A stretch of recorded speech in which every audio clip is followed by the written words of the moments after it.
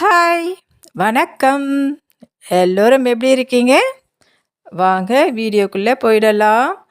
எனக்கு என்ன டிஷ்ஷு செய்ய போகிறோன்றது தான் இந்த வீடியோவில் பார்க்க போகிறோம். அதுக்கு தேவையான பொருள்களை எல்லாம் நான் எடுத்து வச்சாச்சுங்க. வெங்காயம், தக்காளி, உருளைக்கிழங்கு, இது பார்த்தீங்கன்னா கருவாடு 2 பேக்கெட். ஒரு பேக்கெட் வந்து பார்த்தீங்கன்னா ₹10. இதை வந்து நான் க்ளீன் பண்ணணும், அப்புறம் பண்ணிடுறேன்.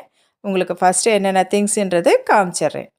நெக்ஸ்ட்டு பார்த்தீங்கன்னா கத்திரிக்காய், முட்டை. பார்த்தீங்கன்னா வெங்காயம், தக்காளியெல்லாம் வந்து ஏற்கனவே கட் பண்ணி வச்சுருந்தேன் இல்லையா, அதில் இருந்த மிச்சமும் அதில் பாதி பாதியாக இருக்கும் பாருங்கள். அதையும் நான் வேஸ்ட் பண்ணல, அதையும் யூஸ் பண்ணிக்கிறேன். சரிங்களா? இது வந்து பார்த்திங்கன்னா அரிசி நல்லா வாஷ் பண்ணிவிட்டு ஊற வச்சுருக்கேன். ஒரு 10 நிமிஷம் இல்லை 15 நிமிஷம் நல்லா ஊறிக்கிட்டே இருக்கட்டும். நெக்ஸ்ட்டு வந்து பார்த்திங்கன்னா புளி, கல்லுப்பு, மஞ்சத்தூள் 3மே வந்து சேர்த்து கொஞ்ச நேரம் அதையும் ஊற வச்சுருக்கேன். இது நைட்டு ஊற வச்சுருக்கிற காராமணி.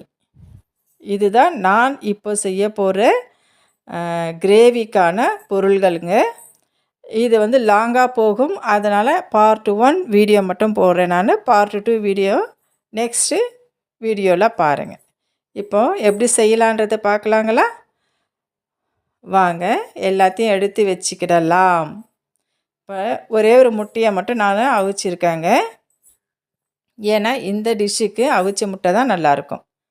சாதமும் வச்சாச்சு, சாதம் ரெடி ஆகிட்டு இருக்கும். ஏன்னா நான் ஃபஸ்ட்டு ஏன் சாதம் வடிக்கிறேன்னா, இந்த டைமில் நான் அந்த வெஜிடபிள்ஸ் எல்லாமே க்ளீன் பண்ணி வச்சுக்குவேன். அதாவது கட் பண்ணி எல்லாம் வச்சுடுவேன். இது பார்த்திங்கன்னா சில்ட்ரன்ஸ்க்கு பொழுது போகலைன்றதுக்காக அவங்க ஒரு மினி ஃபுட்டு ரெடி பண்ணுறாங்க.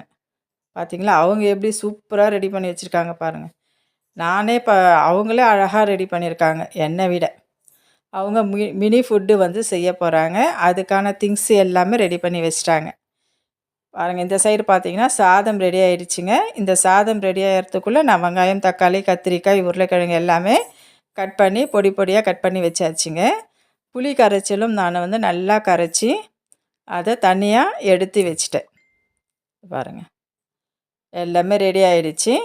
இப்போ நம்ம சாதத்தை வந்து வடித்து வச்சுக்கலாம். இது பார்த்திங்கன்னா இது அவிச்ச முட்டை 1, இது 2 ஆம்லேட்.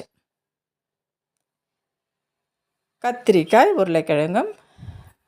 கத்திரிக்காய் வந்து இந்த மாதிரி கட் பண்ணால் தான் அந்த கிரேவிக்கு சூப்பராக இருக்கும். சரிங்களா? அடுத்தது வந்து இந்த கருவாடு இருக்குங்களா, அதை சுடு தண்ணியில் வந்து ஊற வச்சுருக்கேன். அப்படி ஊற வைக்கும் பொழுது லைட்டாக நம்ம க்ளீன் பண்ணாலே எல்லாம் அழுக்கும் வந்துடும். இப்போது எல்லாமே ரெடியாக இருக்குது. நம்ம போய் சாதம் வடிச்சிடலாம். வடித்தாச்சு பாருங்கள். அது சாதம் வடிஞ்சிட்டே இருக்கட்டும். அதுக்குள்ளே நம்ம போய் கிரேவி ரெடி பண்ணிக்கலாம் வாங்க.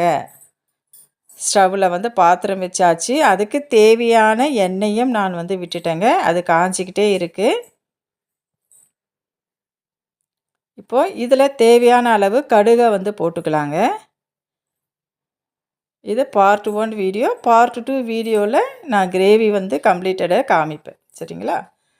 இப்போ பச்சை மிளகாய் வந்து ஒரு 3, 4. நாங்கள் வந்து காரம் கம்மியாக சாப்பிட்றதுனால ஒரு 3 தான் போட்டிருக்கேங்க. காரம் அதிகமாக சாப்பிட்றவங்க உங்களுக்கு தேவையான அளவு பச்சை மிளகாய் சேர்த்துக்குங்க.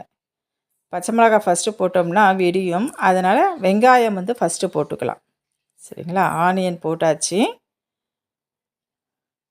அதுக்கப்புறம் பச்சை மிளகாய் போடலாம். ஏன்னா எண்ணெய் வந்து தெறிக்கும் கையில்.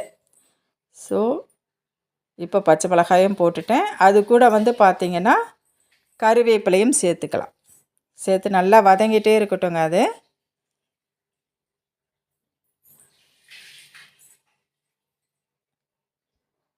வதங்கட்டும். இப்போ இதில் வந்து கொஞ்சமாக கல் உப்பு வந்து சேர்த்துக்கலாங்க. சேர்த்தாச்சு. அடுத்தது வந்து பார்த்திங்கன்னா தக்காளி சேர்த்துட்டு அதில் மூடி வச்சிடலாம்.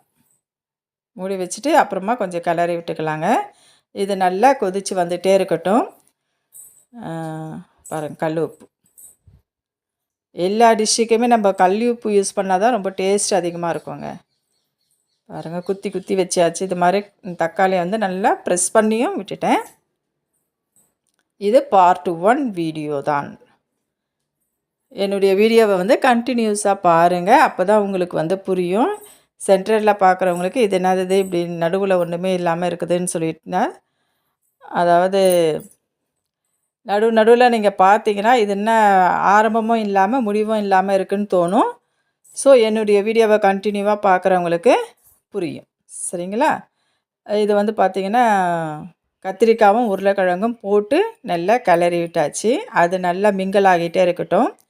இந்த டைமில் வந்து நம்ம என்ன பண்ணணும்னா, நம்ம ஊற வச்சுருக்கிறோம் இல்லையா அந்த காராமணி, அதை எடுத்து நம்ம அந்த தண்ணியோடு அப்படியே சேர்த்துக்கலாங்க. நல்லா சேர்த்தாச்சு. சேர்த்த உடனே நம்ம இதுக்கு தேவையான அந்த குழம்பு மிளகாய் தூள் நம்ம சேர்த்துக்கலாம். ஏன்னா ஏற்கனவே நம்ம பச்சை மிளகாயும் சேர்த்துருக்கிறதுனால கொஞ்சமாக தேவையான அளவு குழம்பு மிளகாய் தூளும் நான் சேர்த்துட்டேன். சேர்த்து கொஞ்சம் கிளறி விட்டுக்கலாம். இந்த டைமில் வந்து நம்ம கரைச்சி வச்சுருக்கணும் இல்லையா அந்த புளி கரைச்சல், அதையும் சேர்த்துக்கலாங்க. இந்த வீடியோ எல்லாருக்குமே பிடிச்சிருக்கும்னு நினைக்கிறேங்க. இது எப்படி வந்து கம்ப்ளீட் ஆகுதுன்றது நெக்ஸ்ட் வீடியோவில் போடுறேன். இது கொதித்து நல்லா வரட்டும். வீடியோ பிடிச்சிருந்தால் லைக் பண்ணுங்கள். பாய்.